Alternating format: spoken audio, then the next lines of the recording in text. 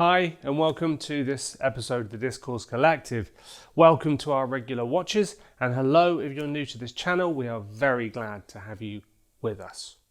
So there are lots of tags and boxes when it comes to atheism. Being an atheist comes with a lot of baggage. There's labels like rationalist, materialist, secularist and critical thinker, and these are often thought of as being hand in hand with atheism. Spiritualist is not often one of those labels, but is there any real reason why it shouldn't? Let's get into it.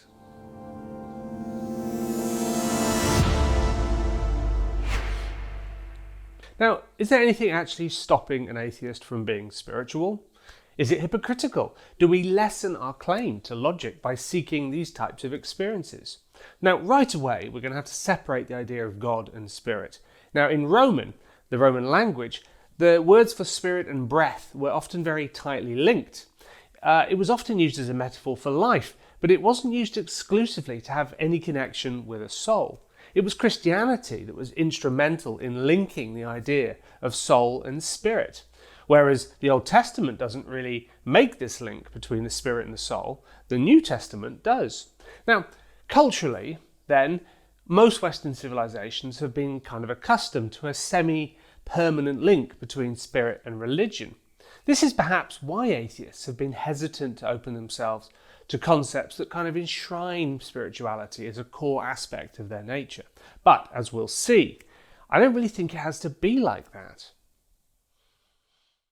A broader view of spirituality. Now, there are many things that we can't explain.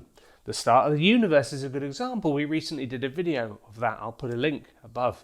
Now, we also need to think about things like where our consciousness resides and where the fundamental nature of reality comes from. These things are all mysteries to us. Accepting that we don't know the answers to some of these big questions is a part of being a rationalist, a secularist, a humanist, or a scientifically minded person. But there we go with all those labels again.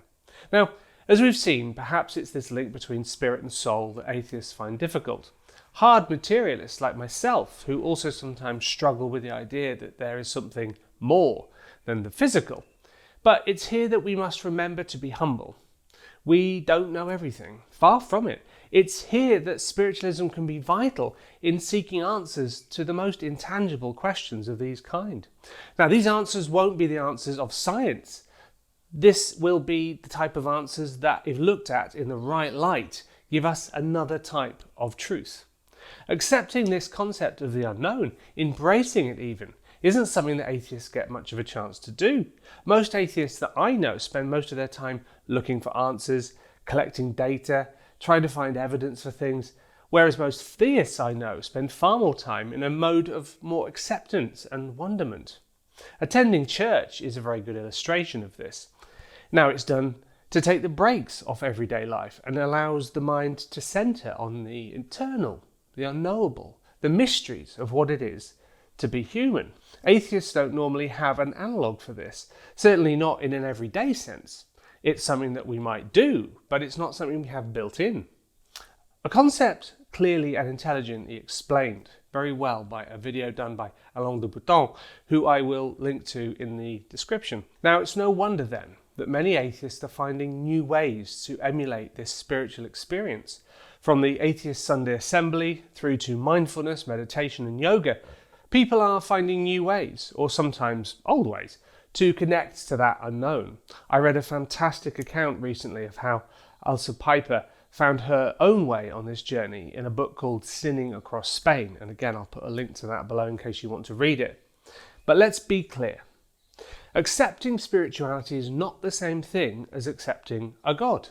We are not giving in, as I've heard it called by some atheists. This isn't a competition to who can be the most hard materialist. Far from it.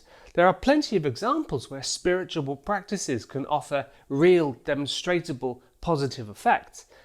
Meditation is an excellent example of this. One of my favourite thinkers on this subject is Sam Harris. Now, his background as a neuroscientist lets him offer a unique perspective on how meditation can encourage your consciousness to become still, while allowing your connection to your subconscious to strengthen.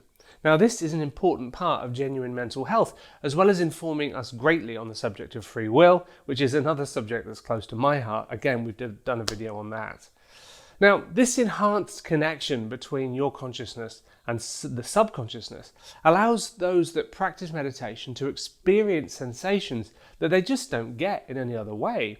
Now, I've tried my hand at meditation. I'm no great expert, but within a few sessions, I was already experiencing new sensations that I just never felt before. I was able to experience signals that my body was producing that my conscious mind, in all its busyness, had just simply been ignoring. Now, was this a spiritual experience? Well, I think in a limited sense, it was. Any time that you open yourself up to something unknown and you open yourself up wholly and without expectation, the process becomes partly spiritual. It's based entirely on trust in some intangible process, in a lack of control. And it's this lack of control that is often the main thrust of Eastern philosophy. Now, Alan Watts, the famous 60s philosopher and spiritualist, was integral in bringing this message to the Western ears. Now, we are so far from understanding the human condition. We really have no idea about what consciousness is and how it functions. What we do know is that modern life is taking a toll on the very deepest sense of self that we have. Social media is designed to make us angry. Consumerism is designed to make us feel unsatisfied. The news is designed to polarize and divide us. COVID has isolated us. Anything that we can do to fight back against this rising assault on our self-identity has surely got to be something worth considering. So yes, an atheist can and should be open to spiritual aspects. Mindfulness and meditation can offer a new set of experiences that can strengthen your mind where you struggle and free your mind where you are constrained. Now, I hope you've enjoyed this episode. Please do like this video and subscribe to the channel with notifications, and then you'll be able to get a first look at all of our new content. So with that said, until next time, I hope you have a wonderful week. Goodbye.